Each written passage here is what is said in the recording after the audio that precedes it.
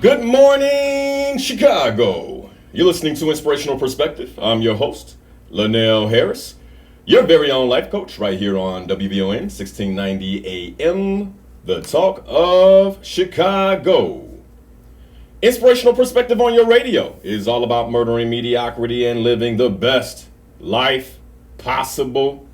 So as I ask you every Sunday morning, are you living the best life possible? And this is the place to be to explore that possibility. Well, good Sunday morning, everybody. It's 7:17 on the talk of Chicago. And man, am I excited for you guys. We have a phenomenal show this morning. The topic, the 2020 economic outlook.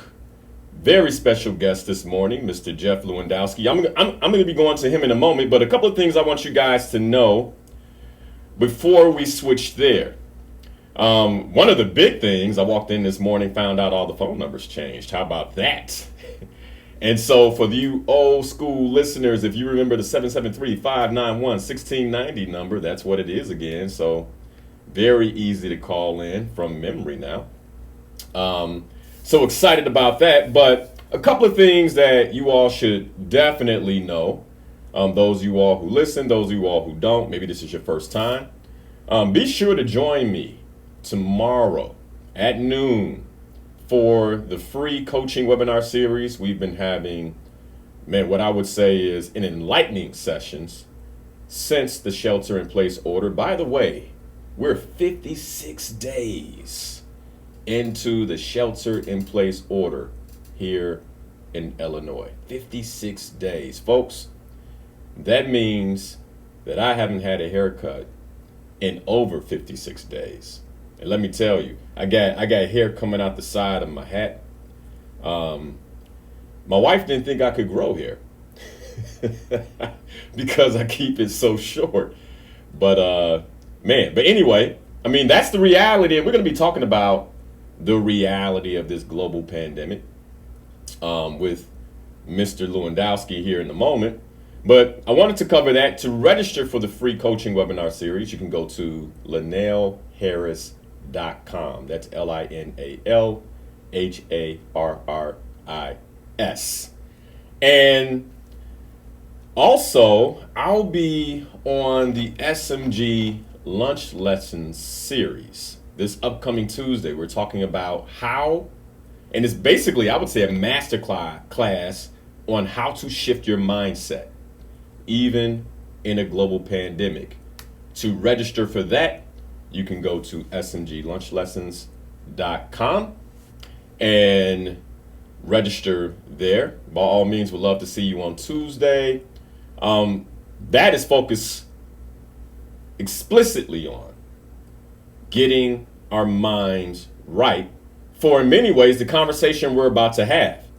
And I'm excited about this conversation. Let me go ahead and bring Mr. Jeff Lewandowski on the line. Good morning, Jeff. How are you? Good morning, Mr. Harris. How are you? Oh, man, I'm well. And excited to have you this morning, man. Talk about this economic outlook for 2020. How are you doing this morning? I'm doing good. I have to laugh a little bit at your haircut comment because I'm in the same boat. I actually get a chance to go get mine taken care of here on Tuesday, but I have got some hair that is flowing longer than usual right now. Man, don't I know it? And I'm excited. I'm excited to have you on the show this morning, Jeff. We're going to be talking about the economic impact. But before we do that, I want to share just a quick bio, of Jeff and what it is that Jeff does. But I also want to share a little bit about our personal relationship because I think that's important for you guys to know. But Jeff is a senior partner and EVP at Andrew Reise Consulting, where he focuses on helping companies define and execute on their corporate strategies and operations. And for over 20 years, Jeff has successfully helped Fortune 1000 clients achieve business goals and financial results. Jeff has successfully implemented projects in corporate arenas centered around customer experience, call center operations, customer interaction automation, profitability improvement efforts, large-scale system implementations, innovation, and most recently, blockchain development. So that's what Jeff does personally, professionally. But I want to talk a little bit about our personal relationship, Jeff, because people who are listening, I have a lot of guests on, and it's not every time that I have a guest on that I'm connected to on a very personal level. And you and I, we've been knowing each other 15 years, man. Yeah. You realize that? 15 years. It's been a while for sure. It might even be sneaking into that 16 category. I think it was 2004. I just can't remember exactly what. I think you're right. I think you're right. And man, so we've been knowing each other for a long time. Jeff and I would say, Jeff, is funny because I think how we likely built our relationship was on a love for Napoleon Hill's work, in particular, Think and Grow Rich at the time. And just to let the listeners know, man, Jeff and I, back when we at one point we were working at the same company. Well, Jeff was consulting there, I was leading there, and that's how we met one another. And I would say at one point, man, we would spend hours after hours. So, after everybody had left the office after 5, 6 p.m., I recall you and I sitting in the office and either one, talking about Napoleon Hill, or two, talking about the economy, or talking about the stock market, or talking about real estate and the different moves we were making. And I would say probably forming one of the first masterminds that I was a part of, man. And so I'm really thankful for that because, in particular, here's something that you all should know. Jeff is responsible for helping me navigate on a personal level the 2008 economic downturn. And Jeff, I don't know if you recall, but during one of those late office meetings, you shared with me, you said, Linal, I'm about to, I think I'm gonna dump my entire 401k and move it into a new vehicle because I don't believe that this market's going to last. You recall that conversation? I don't know you. I recall it. I think you probably painted me a little bit more calm than I was at the time. I was a little freaked out about all the things that I had been seeing in the market, and I remember, I called my investment guy, and I said, hey, listen, I've got 10 reasons why I should exit the market. I need to just pass this by you before I actually do that. And he gave me the usual, hey, stay the course, it's a long game. So it really didn't provide a whole lot. So I made my exit then. But yeah, I think you and I had many conversations about that all the way through the summer of '08, all the way into 2009 for sure. Yeah, and as a reminder for those who don't remember, that was right before the real hard economic hit we took, '08, '09, the real estate hit that we took. And because of Jeff, I made some financial moves that helped sustain me during that period. Now, yeah, I was working, but I had real estate, I had other financial investments, stock market investments, and Jeff, basically your move, I'm like, okay, if Jeff is doing this, well, how do I need to think about it? And I know even now, so that you all know, one of the first phone calls I made when I began to realize the economic impacts of this pandemic was to Jeff Lewandowski. And Jeff, I think that was probably over a month and a half ago or so when you got that text message and we finally had a conversation saying, hey, what's going on here? And we had an opportunity to really, unload on one another, throw different opinions at one another. But over that time since then, some of the things that you shared with me have been so compelling that I wanted to get you on the air this morning so you could share it with the listeners. And so I'm incredibly excited to have you. And I would say let's get right into it, man, because we have a lot to cover and a lot that I believe that listeners will want to hear and listeners will want to learn. Let me tell you something. If if you have friends who are small business owners, friends who work in corporate America, who are executives, I'm gonna tell you, text them now, tell them to turn the dial to 1690. They want to hear this conversation regarding the 2020 economic outlook.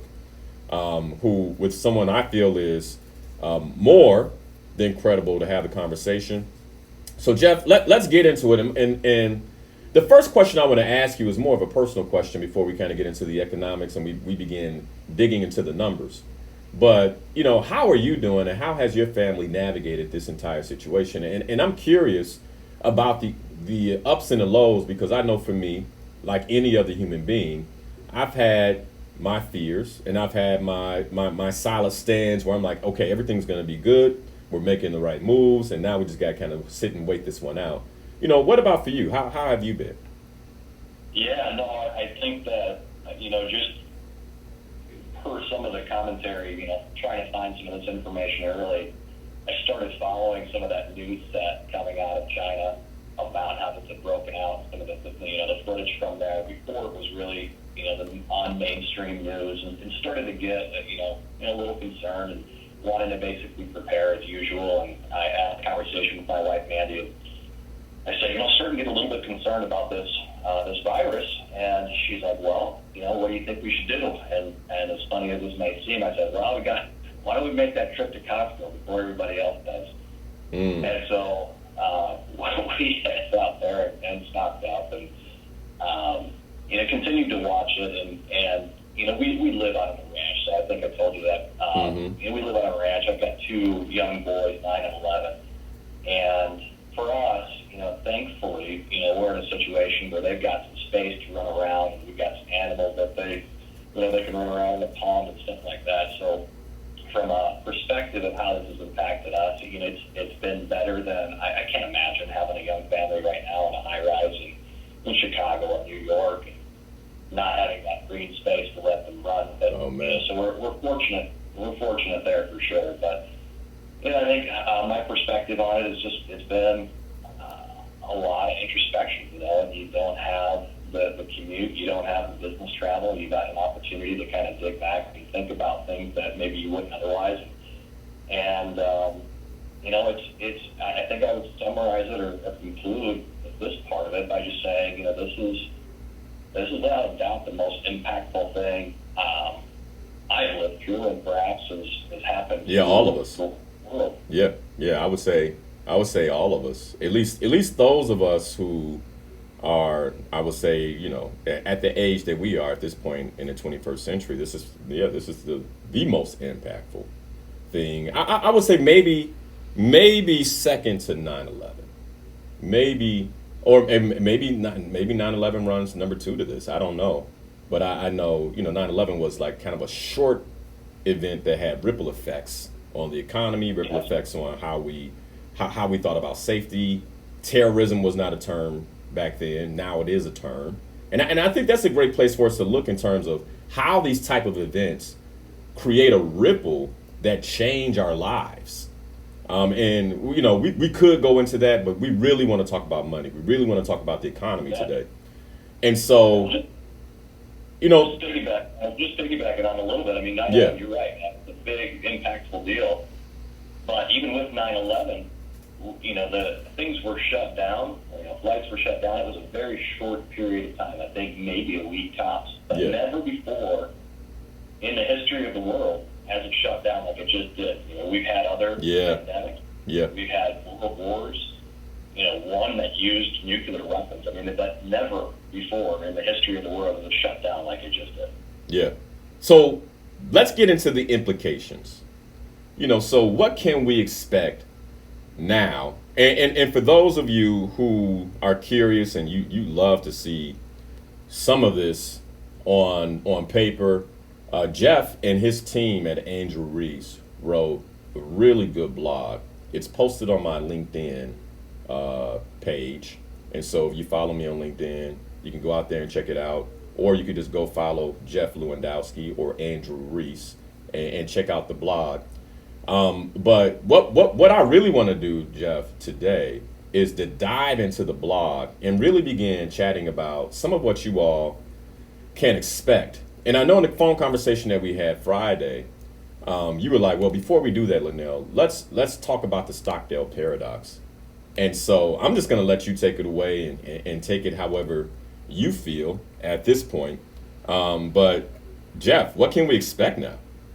Yeah. So picking that up, again, you know me for a long time, but for the sake of the listeners, I'm an optimist. As a matter of fact, that was something that all the way back to high school that I've been known to be. It should have a really good outlook on things. And so getting into a topic like this is hard because a lot of the information we're going to cover it's not good, and it could be construed as you're just looking at the dark side of this.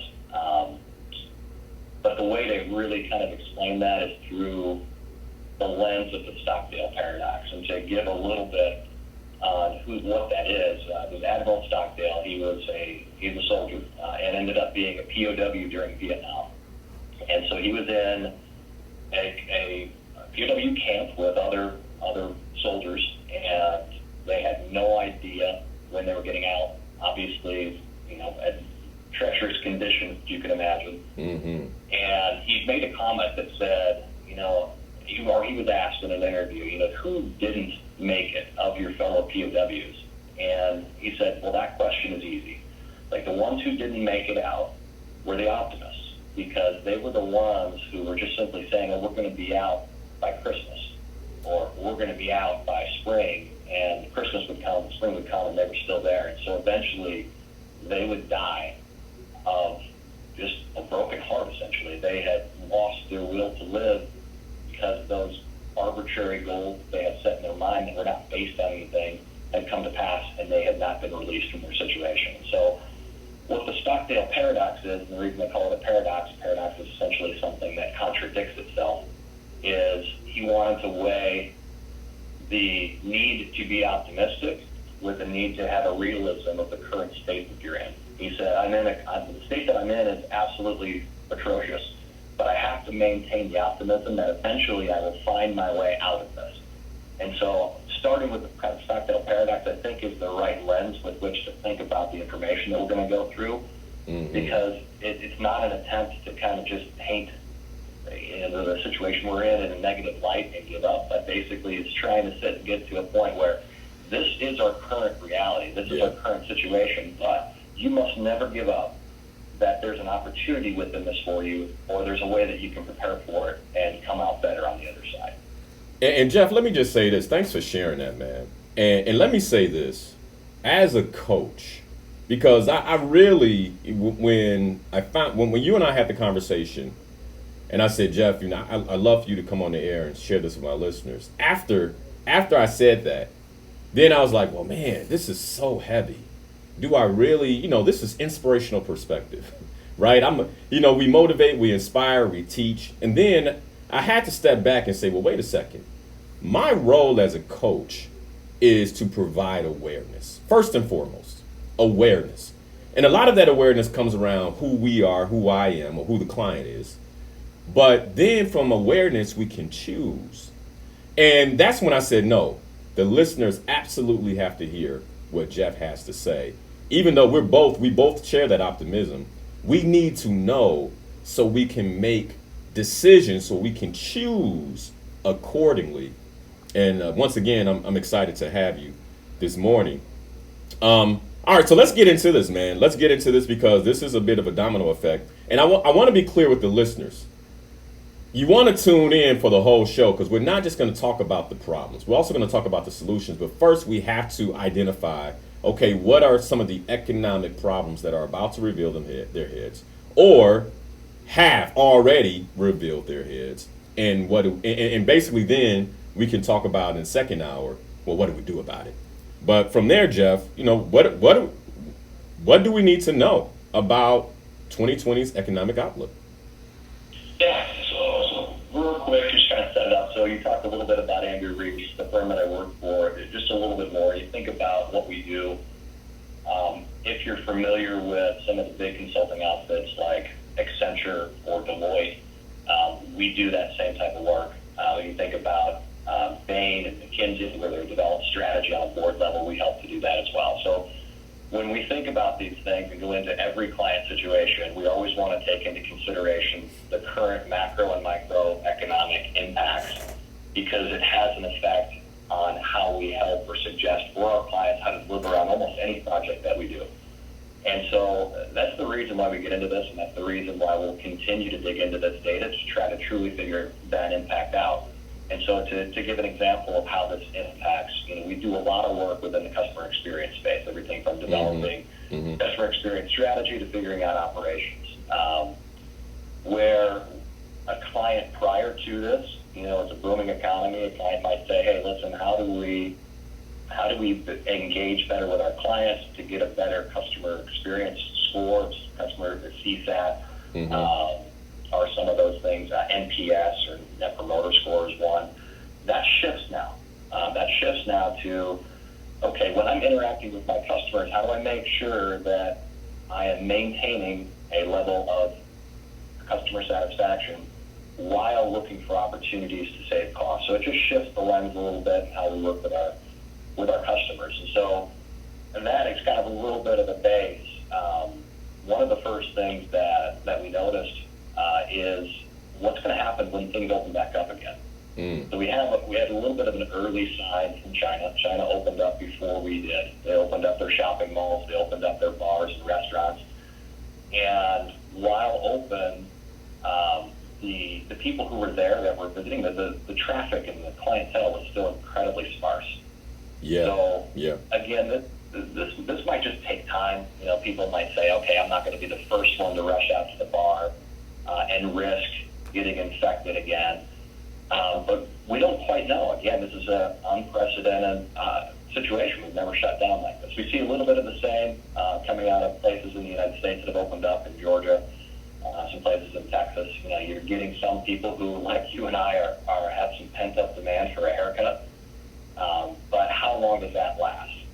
So we did a little bit of research, and some of the things that we're seeing, there was a question that was posted in Bloomberg that was conducted by a company called First Insights, which is a retail marketing research firm.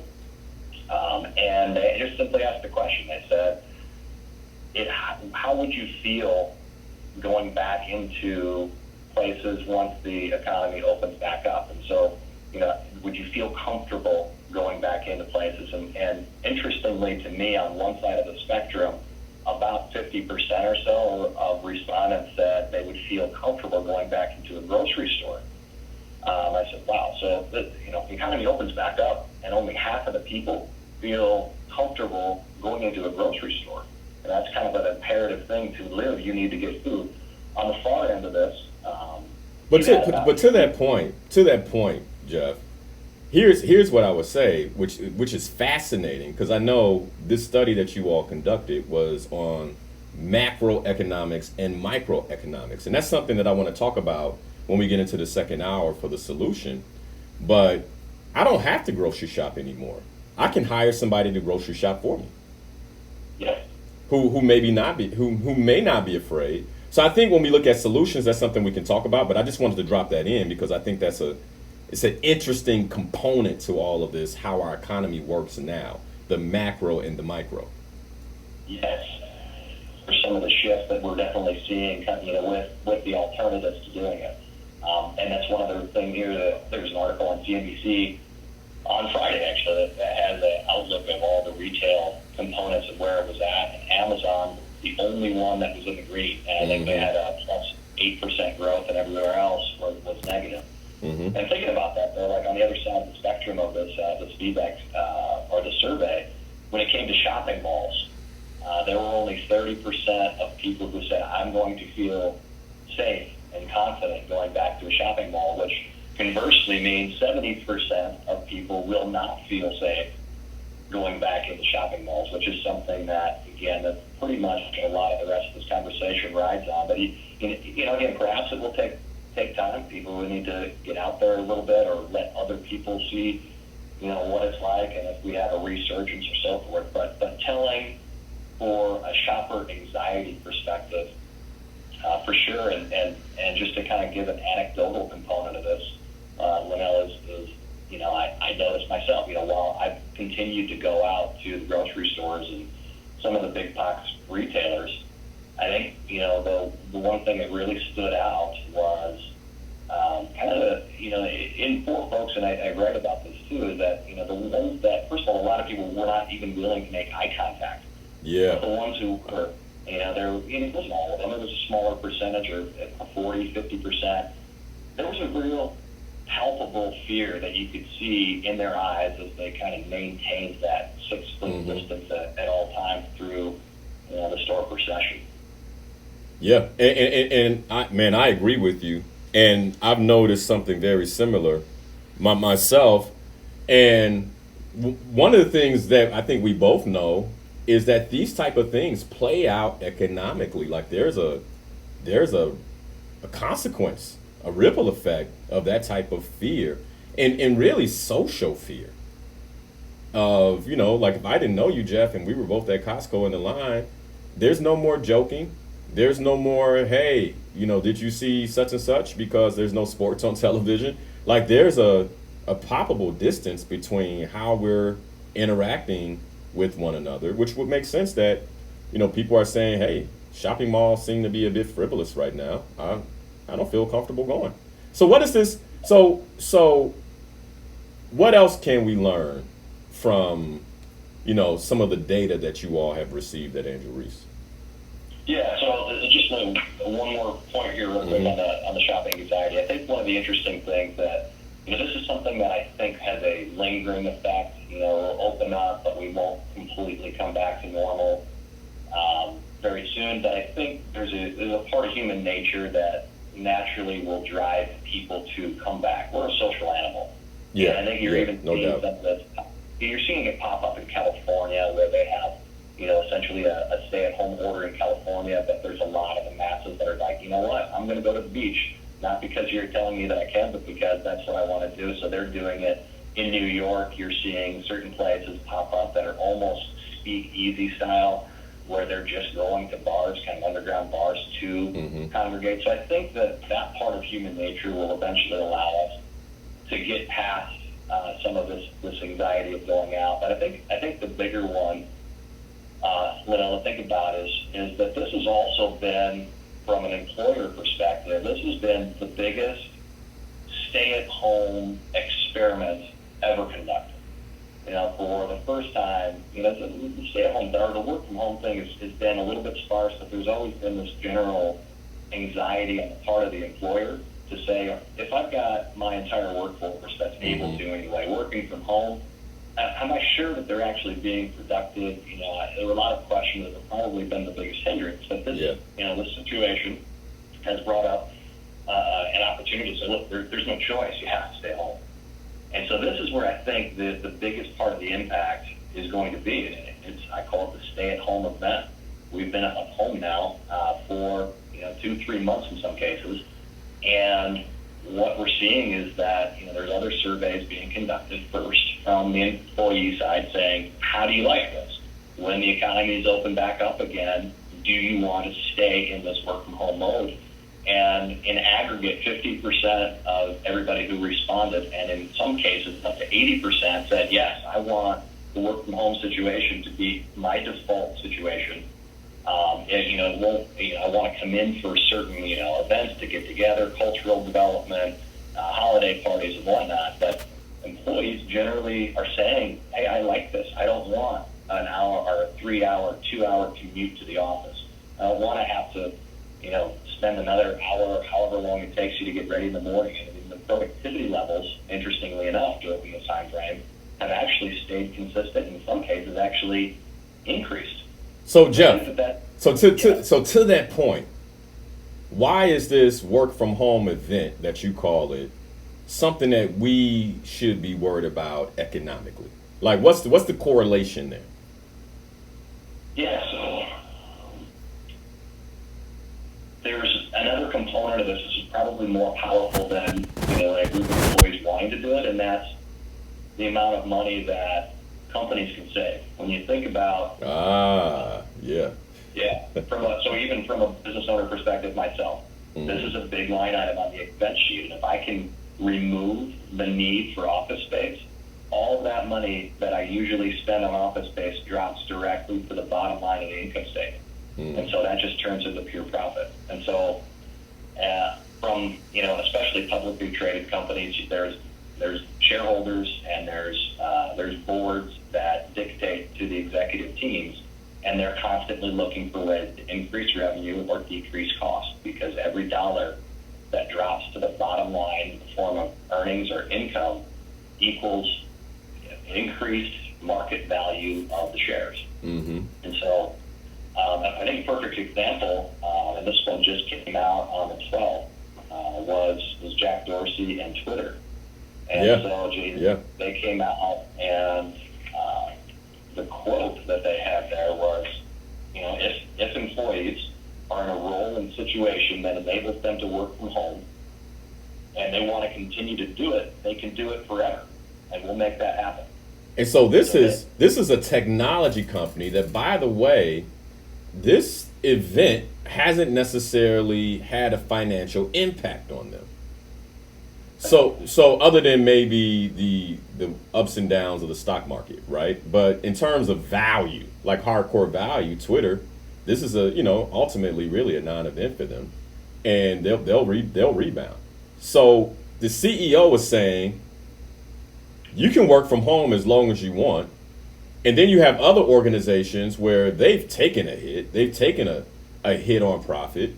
And what I hear you saying is that this is a way for them to begin to, in some ways, fix their income sheets, their balance sheets, and return to profit, maybe by saying, well, hey, a work from home model relieves us of an expense of having people work in a facility. So, but what does that mean to the economy? Yeah, no, absolutely. So let me just run this down, this Twitter example a little bit, because I think it'll help paint that picture of what it means to the economy and why there's going to be incentive to do it. Mm-hmm. So Twitter has about 5,000 employees right now, and 1,000 of them are part of their corporate headquarters in San Francisco.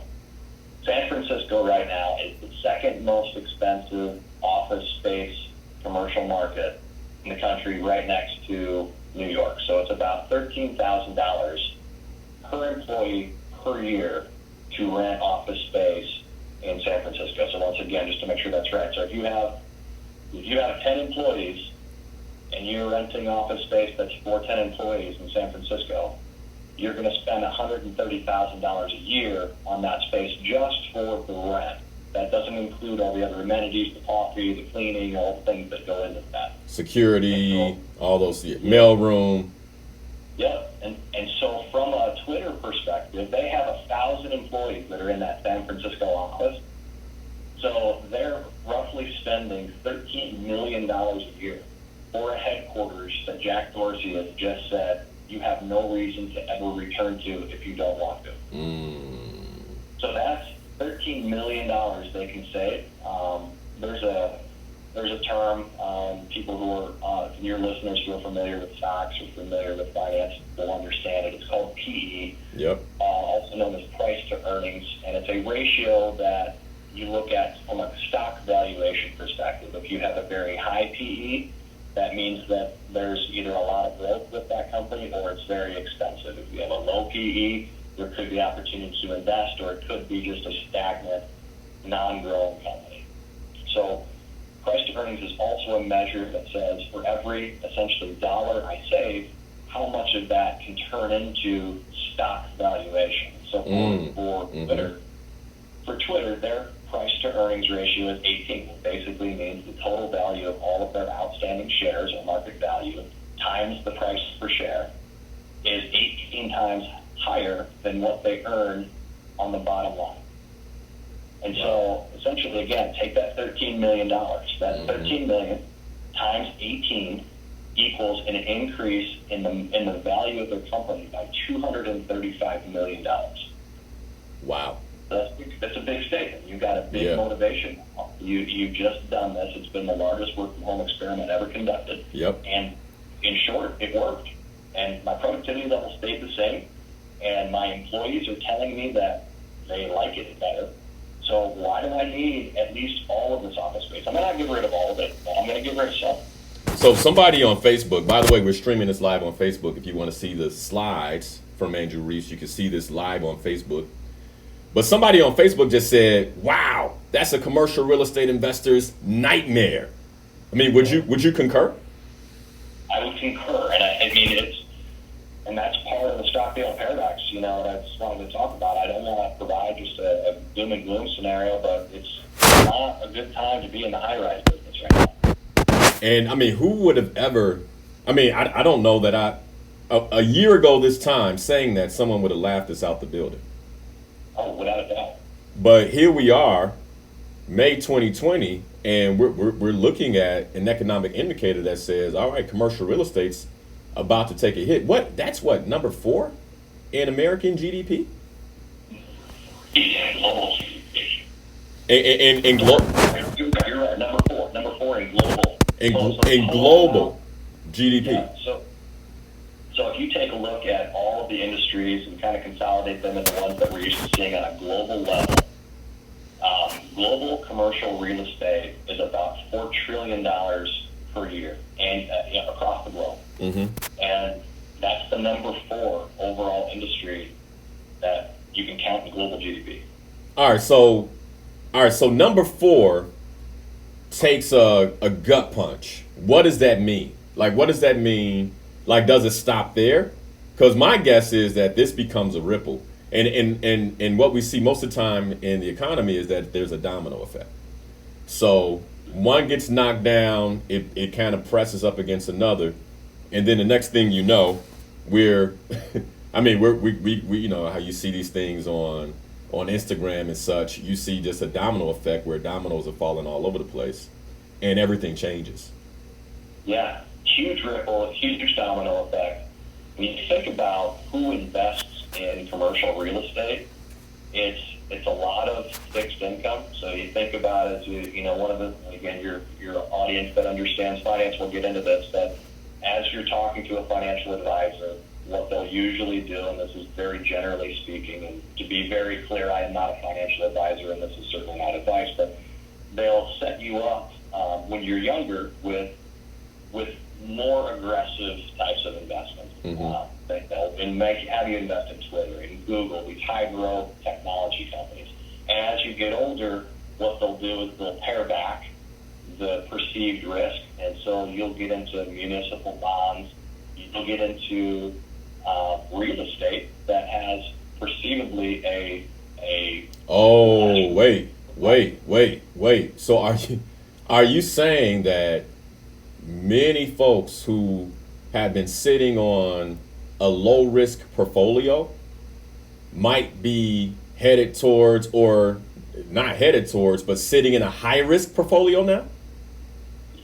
And a level of risk that was never perceived due to a complete shock to the system that would have never otherwise been there. So you think about your REITs, for example, or what are called real estate investment trusts. Yeah. These are, you invest in office space, you invest in large apartment complexes, in some cases home mortgages, and they have a constant return of income that comes in, and that's good for somebody who is older and into their retirement years and closely to it. Mm-hmm.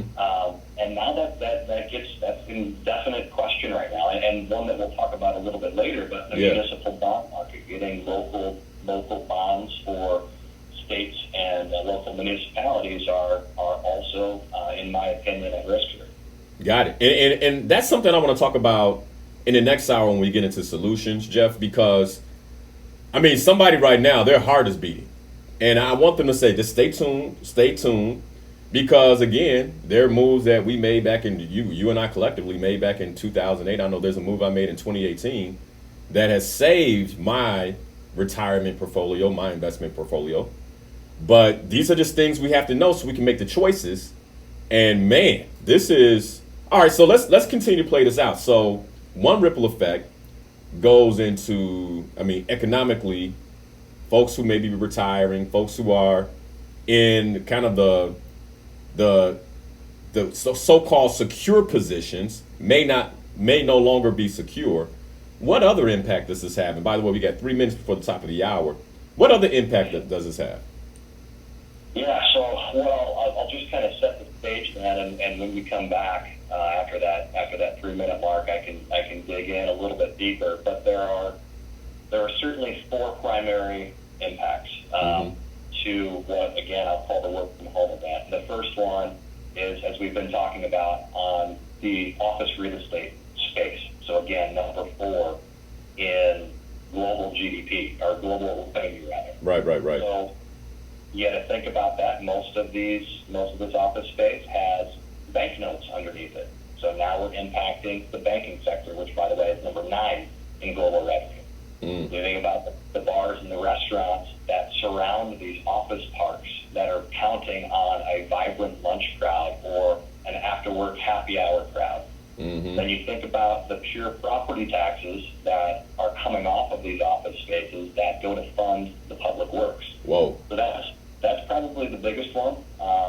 Thinking about the second one here is around the commute to the office. So everybody knows those pictures, especially if you live in Chicago. Trying to the commute in and out of downtown is long, congested, and there's a lot of gas that gets spent on that. And so the decrease in demand for gas will impact the oil and gas industry perhaps forever. The next one is on auto sales. If you're not driving as much and you can work from home, perhaps you're going to keep your car a little longer. That is going to impact auto sales, which, by the way, is number 3 in total revenue.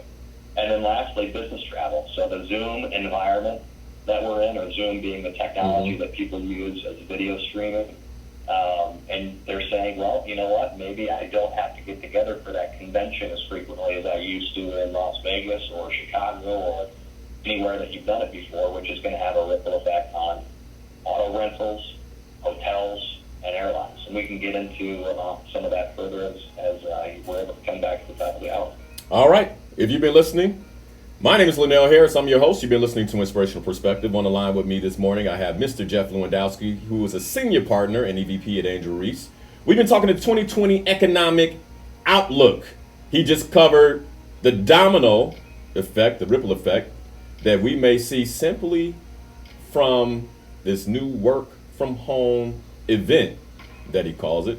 When we come back, we're going to dive into these dominoes, the impact of these dominoes, where they sit in GDP, and then talk solutions. You do not want to miss the solutions. We'll be right back after these messages.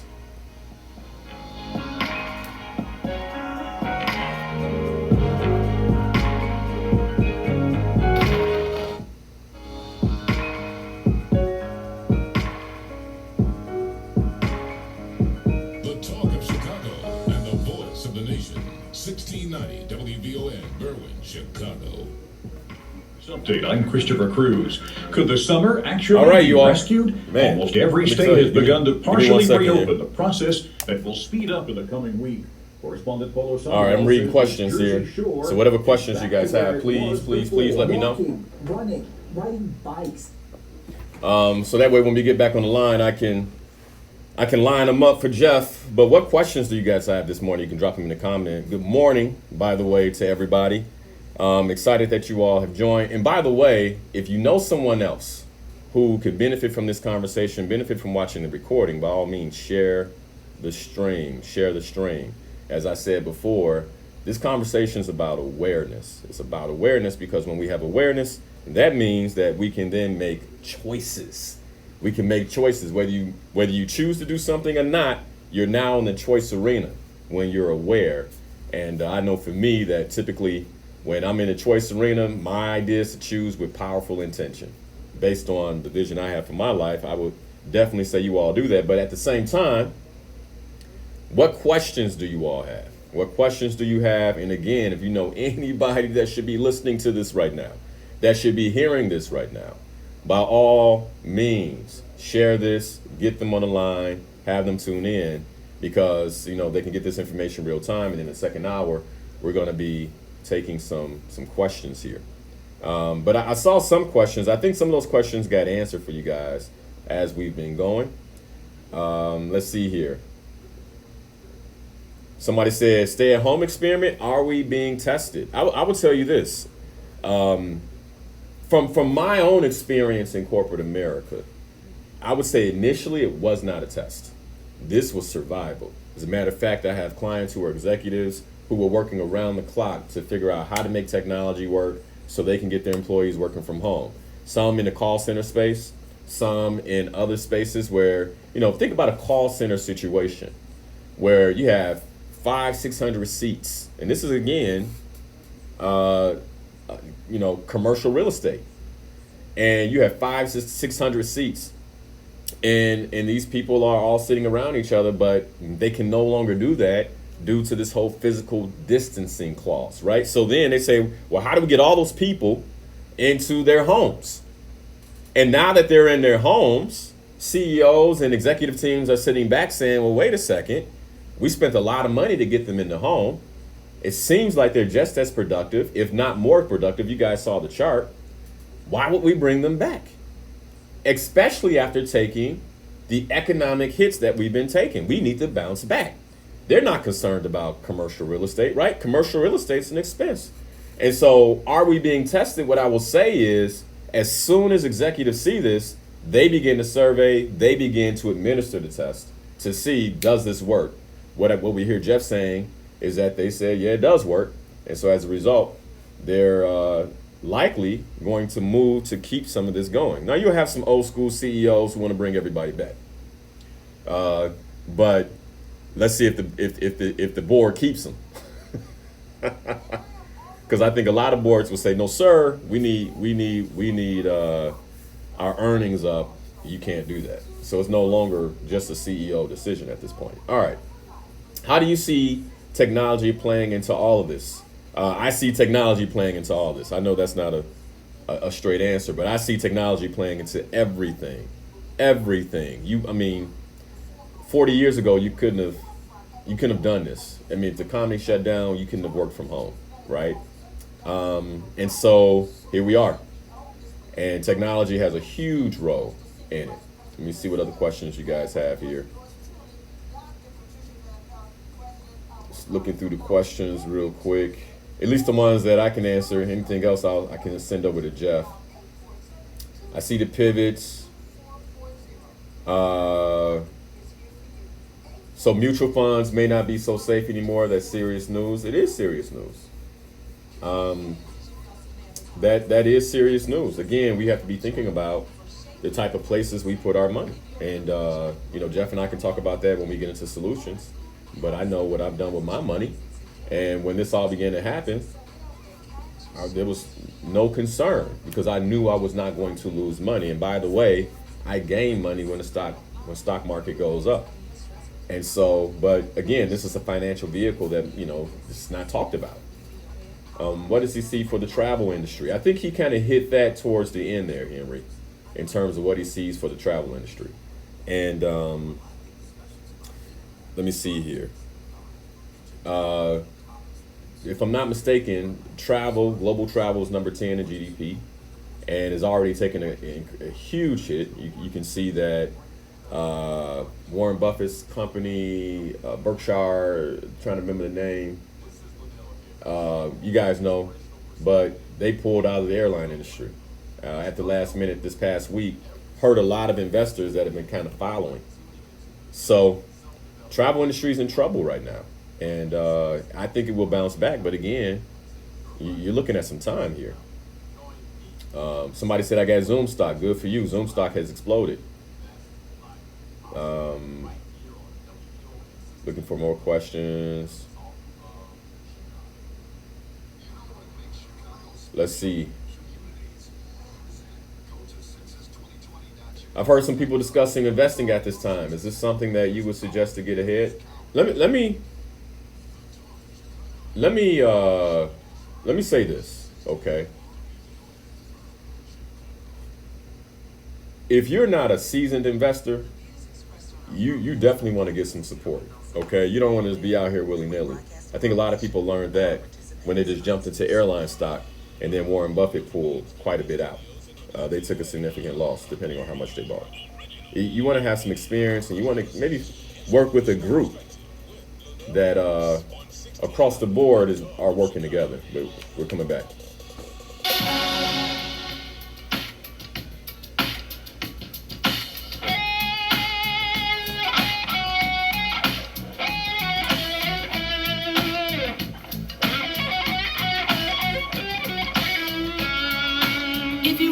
about it. Come on, let's talk about it. Change up the things you see. Open your mind to possibility. Find your power, passion, and purpose. You know it's time for you to walk in greatness. Let's murder mediocrity. Slay your goals, live out your dreams. Right now. Inspirational perspective. Open your mind to a better life. It's time to live the dream. Your purpose now. Inspirational perspective. Let's slay your goals, let your greatness flow. With inspirational perspective. All right, we're back. You're listening to Inspirational Perspective. I'm your host, Linal Harris, your very own life coach right here on WVON 1690 AM, the talk of Chicago. On the live line this morning with me, I have Jeff Lewandowski, Senior Partner and EVP at Andrew Reise. And Jeff has been sharing with us the 2020 economic outlook. If you're just joining us, you missed the first part of that. And Jeff, I would say maybe we can run them through that again, but welcome back, sir. Yeah, absolutely. Got a fresh cup of coffee here and ready to go here for the second hour. Beautiful. So let's just kind of recap what you shared in the first hour really quick, maybe in the next 5 minutes or so, just to get anyone caught up who's just now tuning in terms of this 2020 economic outlook. One of the first things you talked about was the Stockdale paradox, which, if I can remember, came from a book, Good to Great, by Jim Collins. I mean, that's the first time I've ever heard of the Stockdale paradox. But just share that with us again, and then let's real quick just run through what you shared with us in the first hour. Yeah, it definitely. That was where I was introduced to the Stockdale paradox as well. Was in Jim Collins' book, Good to Great. And just to recap a little bit about it, yeah, it's Admiral Stockdale was a Vietnam military officer who ended up being captured and was in a camp in Vietnam. He was there with several of his other soldiers that were captured and in the camp as well. Prisoner of war, POW. And he said that he created what was called the Stockdale paradox, and essentially it's a paradox, which is a seemingly contradictory statement, and it was the balance between optimism and realism. He was asked in an interview again, who didn't make it of your fellow soldiers and prisoners of war? And he said that question's easy. It was the optimists. And he said they were the people who didn't want to pay attention to the current situation that they were in and constantly made arbitrary claims and had thoughts of, I'll be out of this camp by Christmas, or I'll be out of this camp by spring. And then Christmas would roll around and they'd still be there, and they essentially died of despair. So they had no more will to live because they failed to look at the reality of the situation. So again, I myself, you know me for a long time, I am an optimistic person. I do look for opportunities, and that's why, as we talk about all these are all kind of the negative impacts of the lockdowns and what is happening on the economy. That is the realism component of the Stockdale paradox. That's where we are today. But again, at the same time, if you just simply focus on that, it could cause you to go into a point of despair and say, there's nothing I can do, and we're in ruin. Versus saying, okay, every major change, shock, disaster in history has also resulted in massive opportunities and always has. So we'll talk through some of those as we go, but that's, I think, a refresher of the Stockdale paradox and kind of how we need to think about all the things that we're talking about now. Got it. And so what we've learned from you so far in the last hour, first, thank you for sharing so freely what you all have learned there at Andrew Reise. And what we've learned from you so far is basically that shopper anxiety is up, and people, and we see this in China, like you said, they open the theaters, they open the stores, very, very few people going to theaters. In one article I read, there was one person in a theater in the middle of a major city in China, and they went walking to the theater that evening, and one person sitting in a seat So there are implications across the board. And what we pointed to and what you pointed to is the major implication being commercial real estate, which is number 4 in GDP, and the domino effect that can have on other industries. In particular, what I heard you say is, commercial real estate is a huge line item for most companies, and he did a phenomenal job breaking this down, folks. So if you missed the first part of the show, I would encourage you to go back, check the recording on Facebook, check the recording out on Facebook, where you can actually see the slides that he's also provided. But so this ripple effect on commercial real estate from people staying at home and the positive impact that can have on shareholders, and then the consequent ripple that could have on other industries that are within the top 10 of global domestic product. So if you don't mind, let's run over that again. You shared it, the last 5 minutes of the show. Let's run over that again and really play this out before we begin to chat about solutions. Yeah, absolutely. So thinking about, there were 4 components that we'll dig into. One is, as we've been focusing on, the office real estate component. Mm-hmm. The other one is gas that people spend on commutes, impacts on auto sales, and business travel. So unpacking first the office real estate.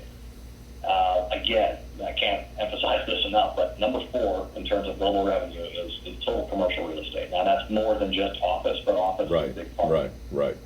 So think about, again, let's go back to the Twitter example that we used. So that's in I think it's called Midtown. I could have that wrong. San Francisco. Twitter's corporate office building holds 1,000 employees. Twitter said you never have to come back if you don't want to. Chances are highly likely they either will downsize that or move to another spot. But long story short, that organization doesn't need that building anymore based on its current corporate stance and the desire of its employees to work from home. So that goes to, let's say, the bank note. The real estate company that rents that to Twitter most likely has the leverage on that building. And there's a bank or banks holding the notes for that. And if they get in a spot where they don't have renters, then they're not going to be able to pay the bank note. The bank is going to then get into a pretty significant situation with at least that one, if not more than just that one in the commercial real estate space. What the bank's reaction then is going to be, and it already has been, is tightening of credit standards, meaning you need to bring more money to the table to make a purchase. You need to have a better credit score, and it'll move from just the business side to the personal side too. So one of the impacts that we're already seeing here is banks have raised their lending standards for individuals. And then don't hold me to these numbers, but it's something in this area. I think a FICO score of 580 was going to get you a home mortgage 3 months ago. That's already escalated up about 100 points to about 680 to make that happen. So as you start to see some of the ripple effects and just tightening of the belts, and that goes right to the residential real estate you can probably see in the slide that I provided there. So. Yep. Well, I actually have the top 10 global biggest industries by revenue, 2019. Gotcha. Yeah. So you start to think about that's one end. Then again, going back, what we were talking about before the break was the restaurants and the bars that survive based upon these corporate office parks. They're at minimum going to have a significant decrease in foot traffic. Yeah.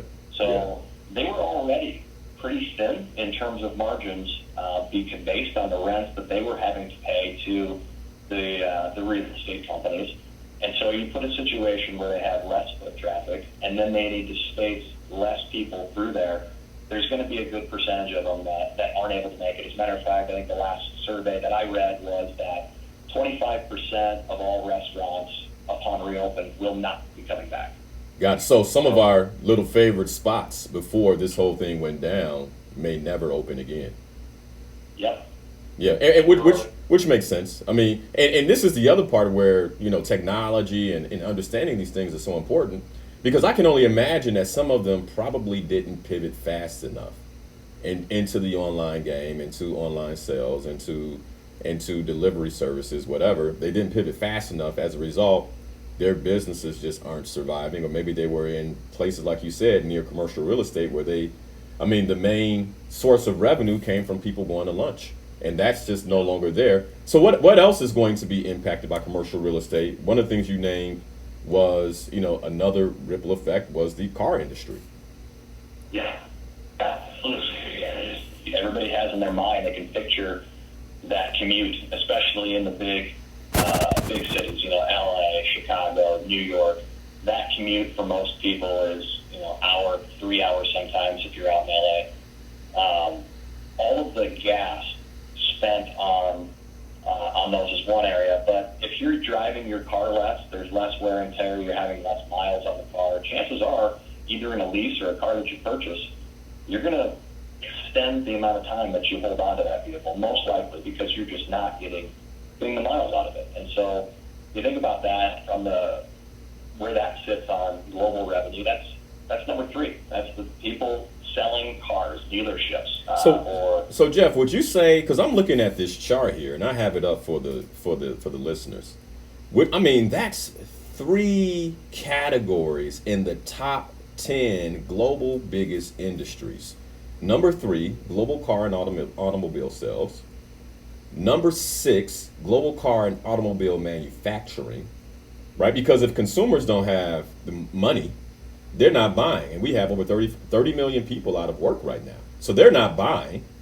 And for those of us, I know you and I, like we've, for years we would giggle about how long we could keep a car. And that has nothing to do with income. It's just, cars don't matter that much to us. Yeah. Right? So then you have folks like us who may have reserved cash but like to play it, somewhat conservative, who are like, the economy's not good, I'm not buying. And because initially I was like, I'll buy a new car in 2020, 2021. No, thank you. And then number 8, global auto parts and accessories. Yeah. What kind of, so when we look at that, so already in terms of the conversations that you and I have been having, we've hit number 2, global pension funds, right? Indirectly. We've hit number 3. We've hit number 4. We've hit number 6. We've hit number 8. And then you said that we need to be somewhat concerned about number 9, which is global commercial banks. And you call this out lightly. Number 5, global oil and gas. Absolutely.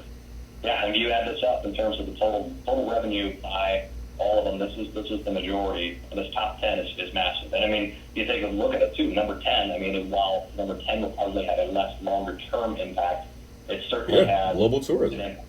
You look at Airbnb and the layoffs that they have over there. And by the way, there's a lot of people that got into and started purchasing properties for purposes of Airbnb, and they're completely leveraged, and they have not had any capability to get rental revenue out of that, but the notes are still due to the bank. That's right. And I read an article on that not too long ago, and basically in the article, there were owners saying that if I don't get some type of relief or economic support, I'm going to lose these properties.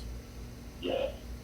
And by the way, if they're set up the way they should be set up, where they could actually bankrupt that company out, then what you do, I know in 2008 I walked away from 2 properties. You walk away.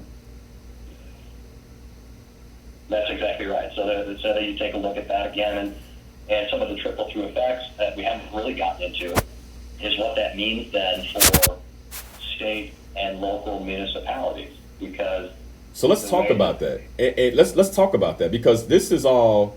And by the way, I don't think we think about these things. And actually, when you said it, it was one thing I hadn't considered on our phone call. And you said, Linal, all of these industries pay taxes, and it's our taxes that support municipalities. So talk about that real quick. We pay for teachers, the way that we pay for roads, the way that we pay for first responders, police, firefighters, EMTs, is we pay 90% of all of the revenue that comes in to pay those bills is coming from property tax, number one, and sales tax, number two. Yeah. As a matter of fact, just to get into this, I've got two buddies that have a birthday today. So just a quick shout out to Jeff Boyle and Johnny Barakis.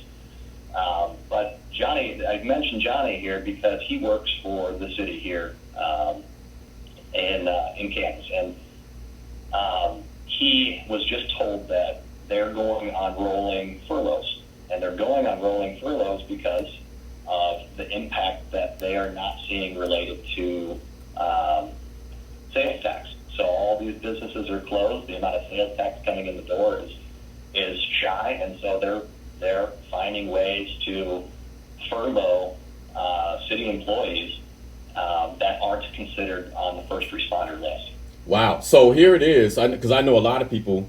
I've had conversations with people. I'm like, hey man, when you gonna level up? They're like, man, I got a forever job, because they're in government or they have a municipal job. And what I hear you saying is that may no longer be a forever job.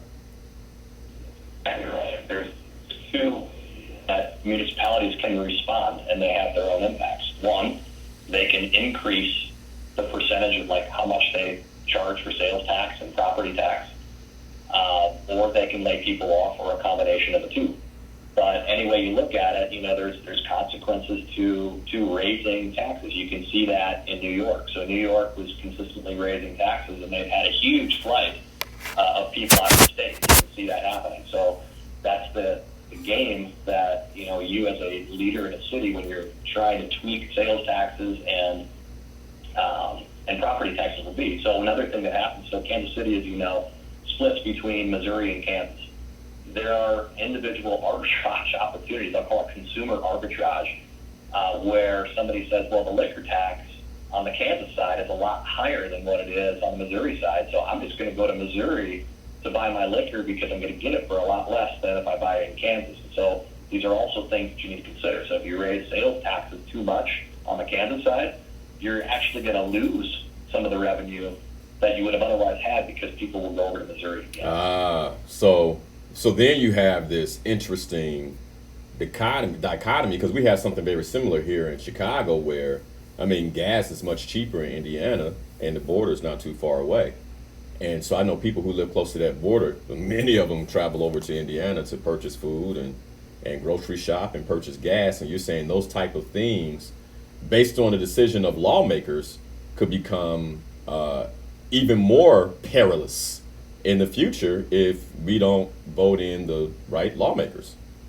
That's exactly right. And I'll just on Friday, as a matter of fact, you probably saw the news that Wisconsin's Supreme Court basically struck down the stay-at-home order. Mm-hmm. And no kidding, I had a group of people from Chicago on a call on Friday, and we were talking, kind of the small talk part of the conversation, and they asked what they were doing, and there was a group of them that said, we're getting in our car and we're going to Milwaukee and we're going to eat at a restaurant, which I thought was a funny comment, but still, you see it there even in certain behaviors, and that's not even directly related to taxation.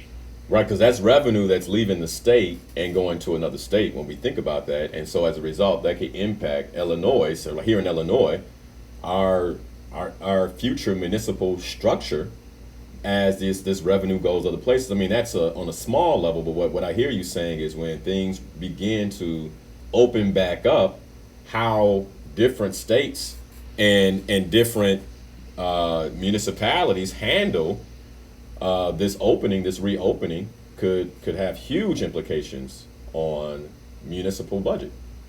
Absolutely, without a doubt.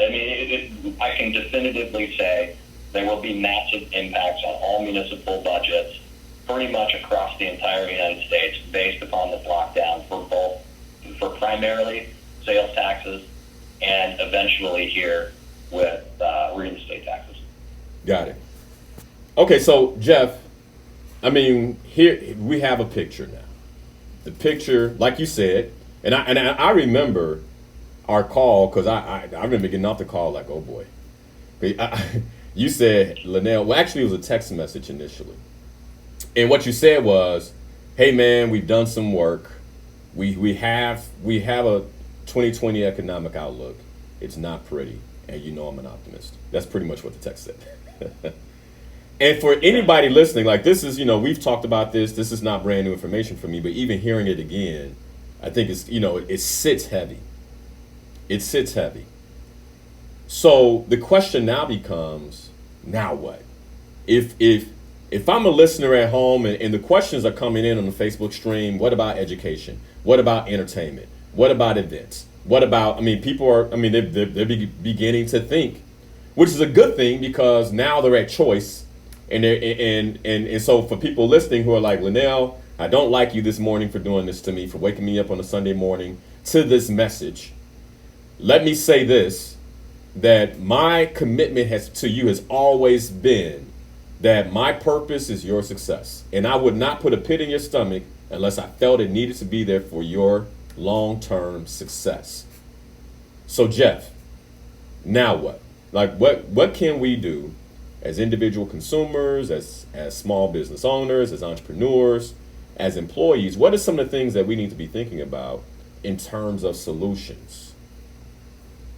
Absolutely. So just to pick up again and touch on the Stockdale paradox. So I've witnessed, and again, this is anecdotally talking to friends, family, this has almost been viewed, this period of shutdown, work from home, is in many cases has been viewed as a pause.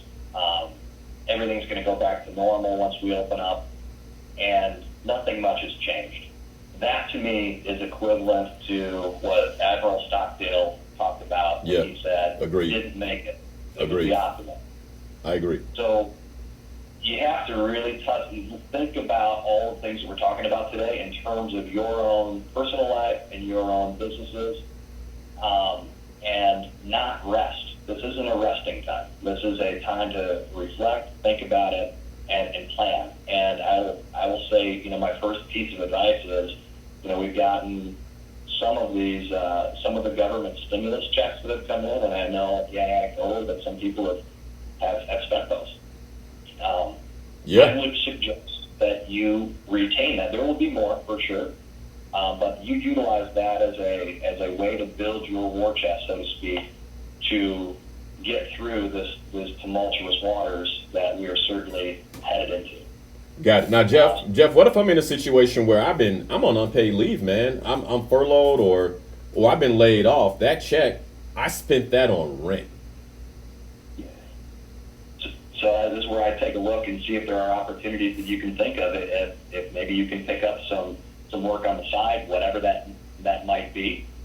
And thinking about this again, this is the optimistic side coming through. This might be a perfect opportunity for you to say, I've been thinking about starting this business for so long. Yeah. I just haven't done it. This might be the catalyst to get you going to say, you know what, it's time to really pick that up.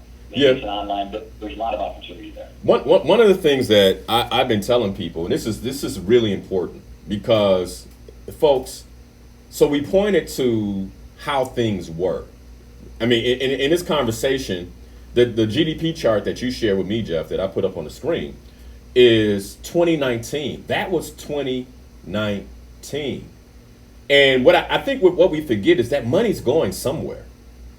Like the money doesn't disappear.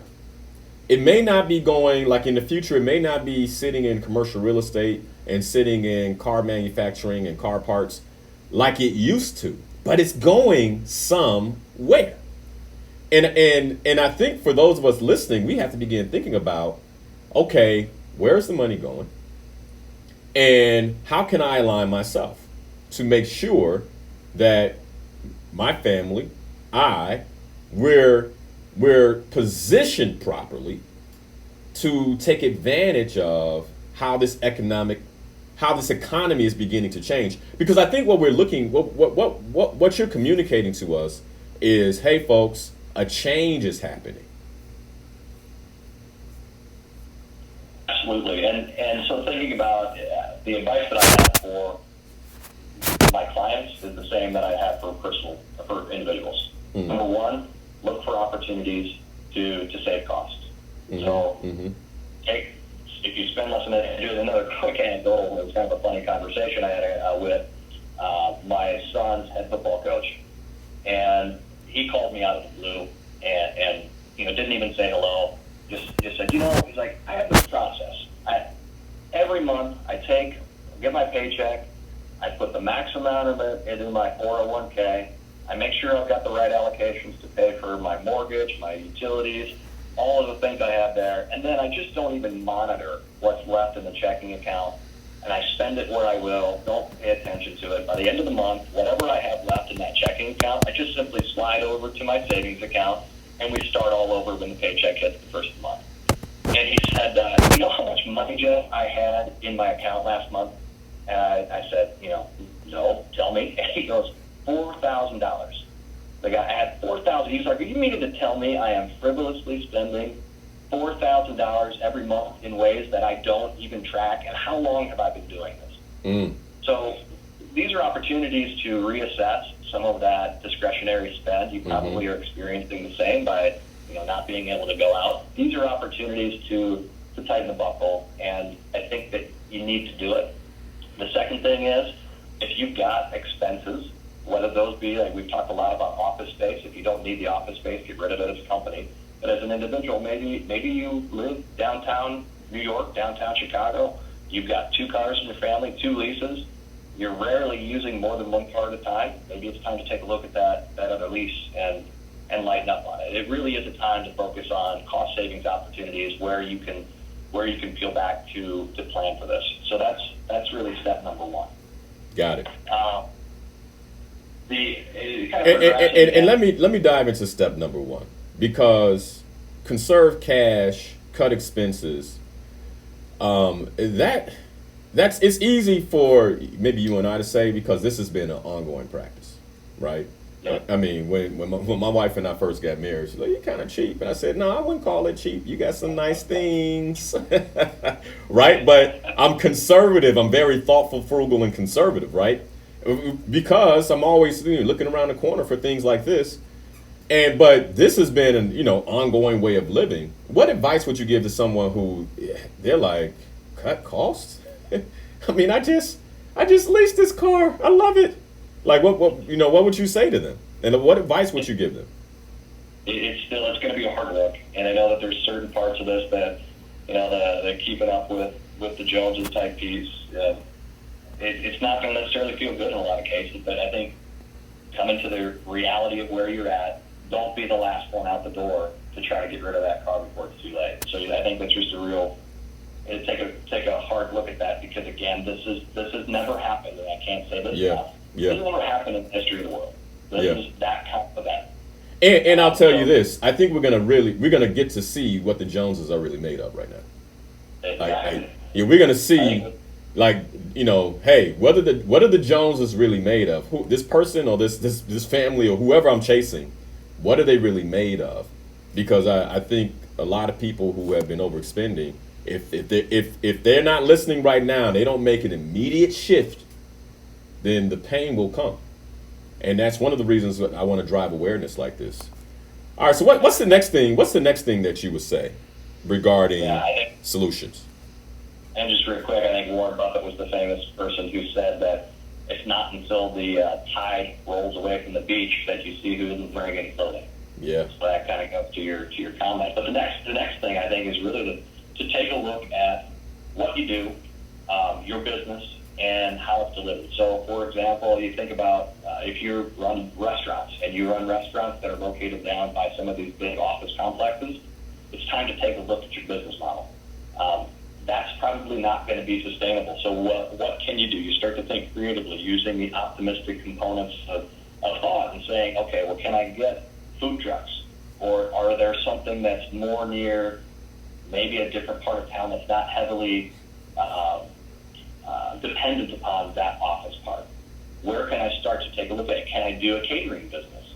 Can I look at what I do today, and it's literally changing the business model in ways that'll be most impactful to you. So that's kind of the mindset that you need to do. Also, if you're in other businesses, you might actually be doing gangbusters right now. So think about all the demand for Netflix. That's going to drive demand for installation of telecom equipment, certain cable providers, and so forth. So there's opportunities. Think about things that what this is driving, and it's home entertainment. I know I've got friends who are in the home entertainment business, and they're booming right now.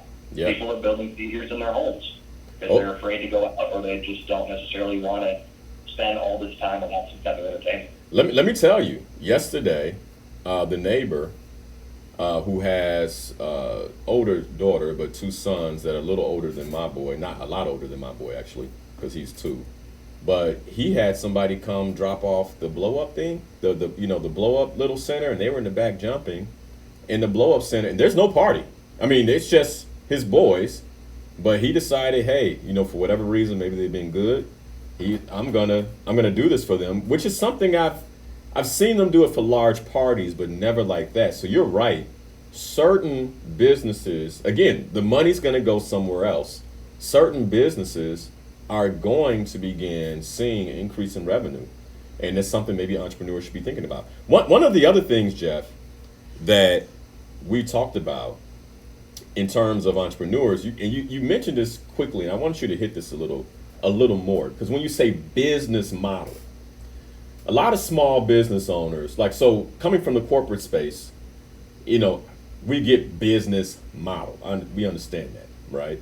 But some small businesses and some business owners and entrepreneurs, when you say business model, may not understand what you mean when you say every entrepreneur should assess their business model. Can you share a little bit more about that? Absolutely. I'm right. That's top of mind because a buddy of mine runs some golf courses. So if you are familiar with the model of a golf course, or I will even say some of you bring in the bounce house type environment, some of the gymborees, where you go in, you pay for an hour, you pay for the utilization of the course, and then you leave. So the business model is based upon a single consumption-based model. I'm going to use that bounce house, I'm going to use the golf course, I'm going to pay for it when I use it, and then I'm going to come off. He changed his business model with the golf courses by saying, I'm not going to do it that way. What I'm going to do is I'm going to charge a monthly subscription. I own these 3 golf courses, and you can use the golf courses as much as you want for this monthly fee. And it turned out that he was making a lot more money in that model because some people golf every day and some people golf once a year. And so that's what I mean by business model. So it's changing, in that case, from a one-time consumption to a subscription-based approach. Yep, and let me provide a little more in terms of, because what I hear is he basically looked at how he was making money and then began to explore new ways of making money, but more than anything, new ways of what I heard is new ways of engaging his customer and gaining clarity on what it is that they want. It sounds like what this particular friend of yours did is he made a move that was customer centric and thus increased revenue. That's exactly right. And that's exactly right. So, and I'll give a more personal example here as well. So within Andrew Reise, we are pretty much that same type of model. So we looked at, we'll come in, we'll have an engagement or a job that we'll do, we'll finish the job, and we'll get paid for the job, and then that's it. So one of the things that we've been exploring is a value-based model. So especially in these times, I've been focusing on conserving cash, saving money, looking for ways to do that. We have a model now where we will go into the client and we will say, we will guarantee you that we will find ways to save you money, and as opposed to charging you for that job, we would like to share in the savings that happen when we end up implementing whatever that cost-saving model is. So there's limited risk to the customer. They don't have to spend money on something that they don't necessarily know. We're putting ourselves in the line, and in the end, Andrew Reise probably makes more money off of that engagement than we would with just a general fixed fee. Got it. So thank you for deepening the explanation of the business model, because I know there are a lot of entrepreneurs, a lot of business owners who are listening, who, when we say that, I wanted to just really dive in and say, okay, this is what we mean by creating a new business model. Because once again, the money's going somewhere. We want to make sure that it gets into our pockets so we can take care of our families, but ultimately also take care of our communities. So Jeff, what other solutions? Go ahead. Yeah, and just to expound a little bit more too, some of this can be very, very small, very nuanced, and just putting things onto the new lens. So as you know, I don't think I spoke about it here, but we wrote a book in 2011 called The Customer Experience Fiasco. I recall that. It's all about creating customer experience strategy for companies. How do they do it? And we walked through the steps of it, but that lens was all about improving what happens for the customer and their response in customer satisfaction and how that leads to good business results. In today's environment, I will come to a client not with a lens of I'm going to improve customer satisfaction, but I will come with a lens of your customer satisfaction will stay the same and I will save you money, which you need to do because cash management is top of mind throughout every company right now. So it's a small tweak. The job that we do is very similar. The way that we do it is similar. It's just a little bit different lens than it was prior to this event. Got it. No, thank you for that. So, one of the other things we discuss in terms of solutions is we know that most states, so Wisconsin, like you said, they are coming out of this stay-at-home order, shelter-in-place order. We know Georgia already has a few other states, Colorado, Florida, etc. And one of the things you and I discussed is, like many of us, we've created habits. And these may be habits we want to keep in quarantine or keep coming out of quarantine. Can you talk a little bit more about that in terms of a solution for us as we move forward? Yeah, the good habits, like watching where you're spending a little bit more to make sure I'm understanding the question the right way. Absolutely. Yeah, and so I think Linal, this might be a good spot to talk about the change model. Yeah. Both you and I are familiar with it. Why don't you go ahead? I know you've spent a lot of time on this one to talk about what that change model was, because it's going to bear onto how we're able to hold true to some of these things that we want to do. Yeah, so what Jeff is referring to, at one point, one of the CHROs I worked for, I recall him walking into a meeting, and I think, Jeff, you and I were both in that meeting, and he shared with us what he calls the change formula. And the change formula goes like this, you all. If you have pen and paper, I would highly suggest that you write this down, because many of us struggle with change, even in circumstances like this.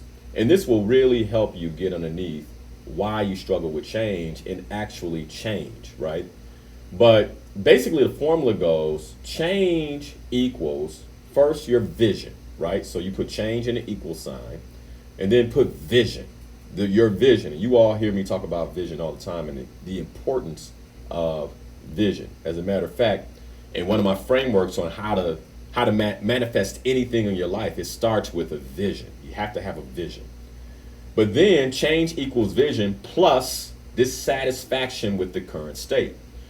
And for someone who's listening right now, and you may have a pit in your stomach, you're saying to yourself, I cannot believe I am here right now.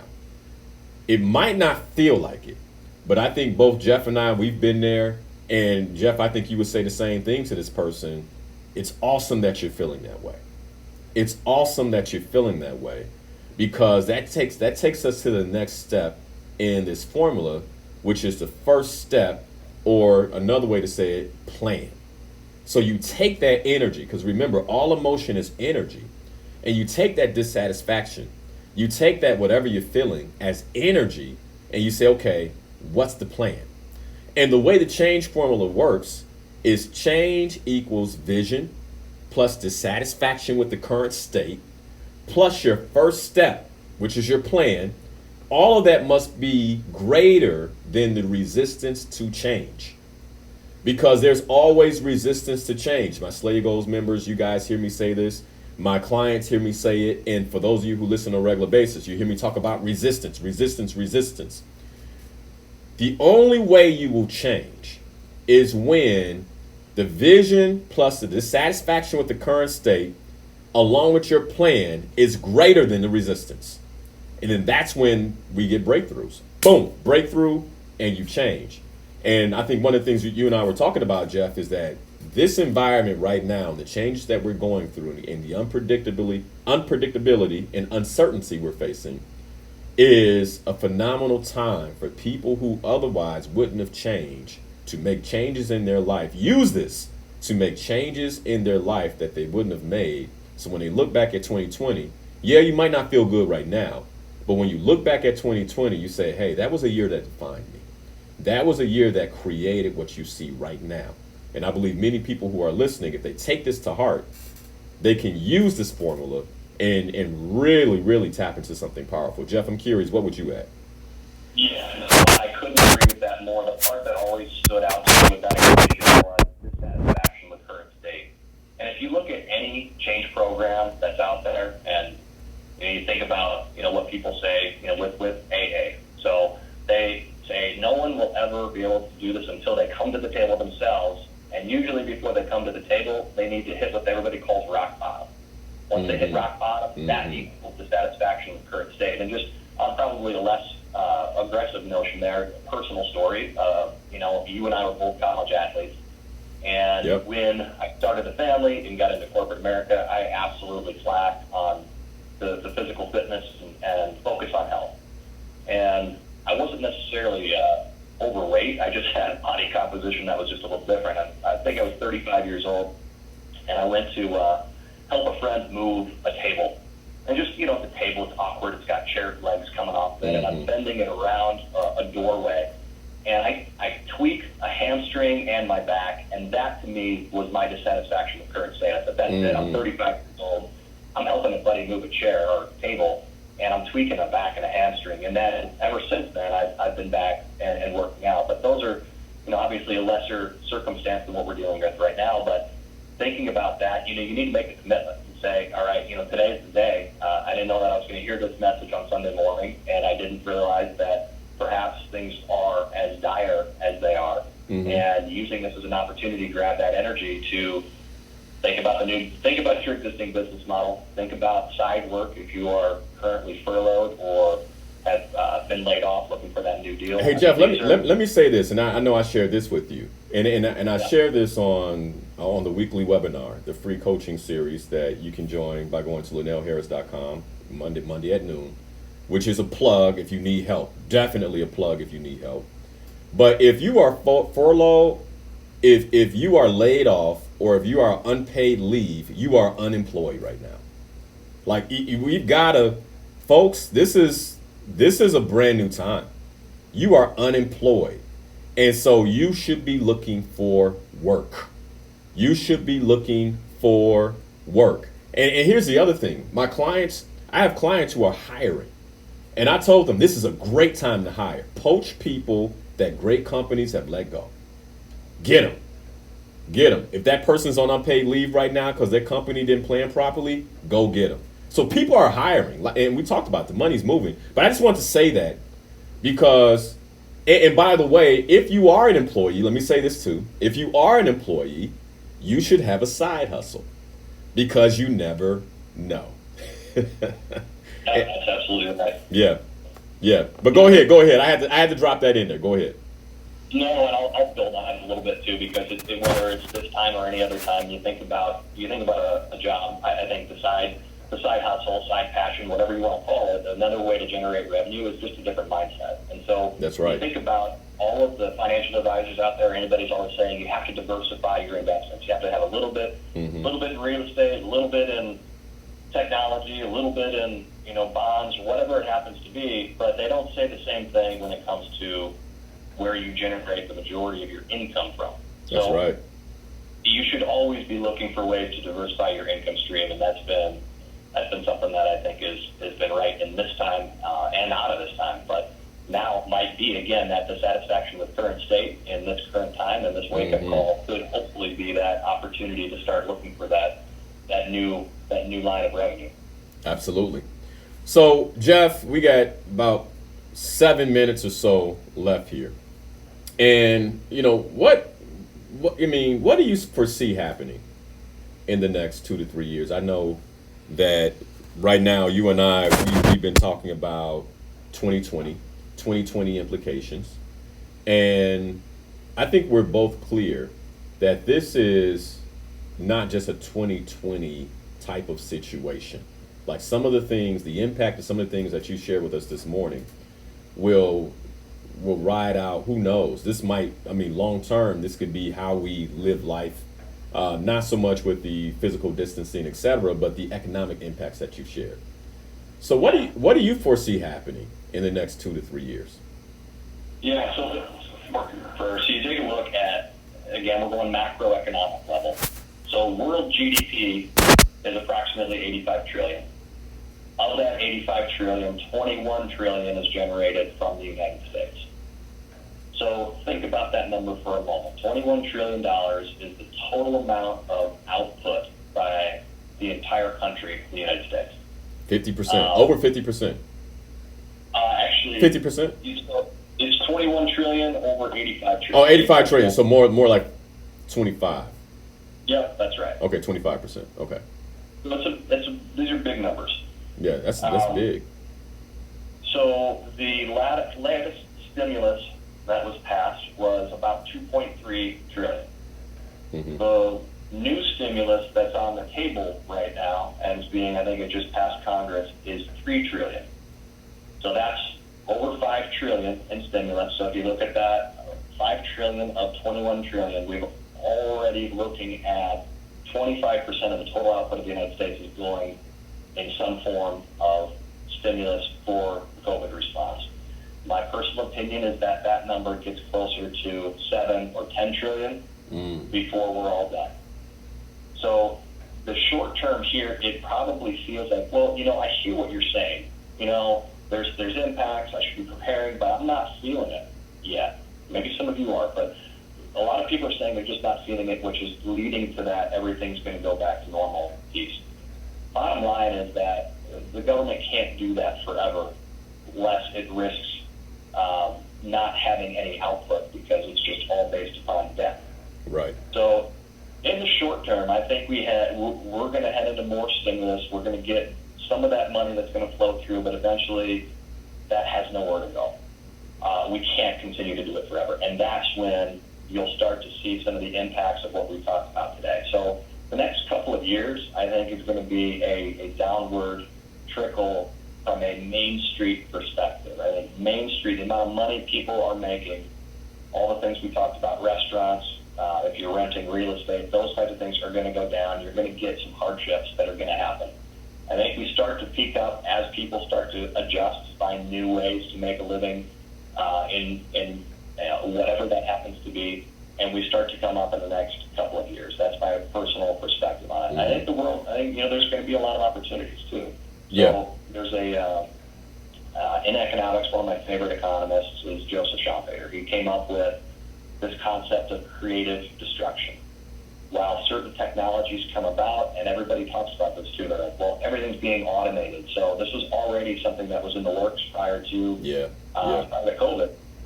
So the fear is that, well, this automation is going to put me out of a job. Mm-hmm. This has happened so many times throughout history, and what invariably has happened is that whatever that new technology is, it has a way of generating more jobs than what it destroyed in the past. Right. And so there's and also kind of a mindset that goes in that you have to be willing to try to look for whatever that new piece is. So I think what ends up happening is we move down a path of automation.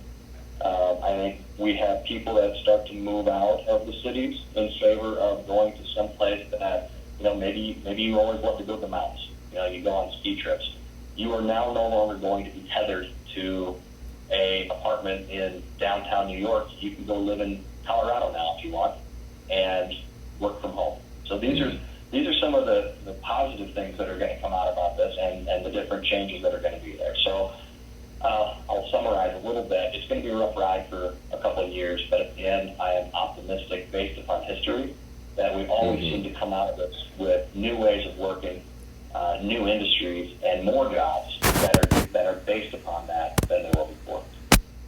Jeff, man, I want to thank you for waking up this morning on a Sunday morning and joining us and sharing your insights, sharing your wisdom, and sharing really parts of the hard work you and your team do there at Andrew Reise with my listening audience. I'm incredibly grateful.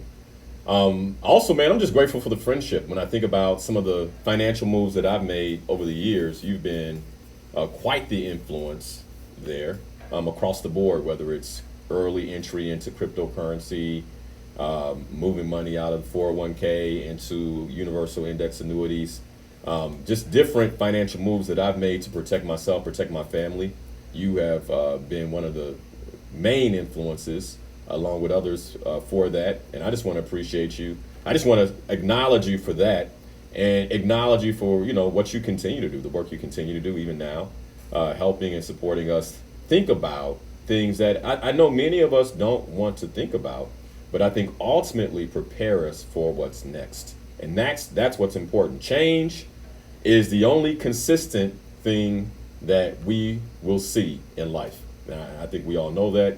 There's one quote that I love that says, the only time you don't get change is out of a vending machine. Oh, that's good stuff. Well, thank you for having me on as well. And obviously, I cherish the relationship that you and I have had over the years. And, now that we're kind of moving on to that phase 2, we'll probably start talking about how we educate our kids in the same way. That's right. And, man, I could have you on the show to talk about that. You're doing some awesome things with those boys. Give Mandy my love, Cash and Cruz. Appreciate you, brother. And how can people find you if they heard this show and they would like to make contact? Yeah, absolutely. So we've got AndrewReise.com, and it's spelled a little bit differently. So it's ANDREW, and then Reise is spelled REISE.com. We've got some continued updates that we'll have going out there in the form of a blog and updates. It's really focused on the corporations and companies getting value out of that, so that'll be a continuous piece. And then what I'll do is, as I've done with the first one, on my LinkedIn profile, which you can find me as under Jeff Lewandowski, and LinkedIn, I'll be providing personal touches on that, from a personal reflection of what this means, a little less from a corporate perspective and a little bit more from family, your own pieces and what you're doing. So they're probably two of the easiest ways to get me. All right. Jeff Lewandowski, everyone. Jeff, thanks so much, man. Phenomenal show. Thank you for sharing with us. We'll be talking about this more in the coming weeks, you all. So be sure to join me every Sunday, 7 a.m. to 9 a.m. My name is Linal Harris, host of Inspirational Perspective, your own life coach. And stay tuned. Ernesto Borges and the Borges Report coming up. And as always, God bless and have a phenomenal week. All right, you guys. Tell me what you thought about the show. A lot of questions. Some of the questions seem to be more like financial advice, which neither Jeff and I provide. But ultimately, the idea is that it raises questions. Again, awareness leads us to choice, and choice puts us in the question mark area. But that's a phenomenal thing. And again, share the stream with anybody you know who could benefit from today's show. All right. My mission is your success. My purpose is your success. I hope that this has contributed to that. And as always, thank you all for joining, and have a phenomenal Sunday. See you next week.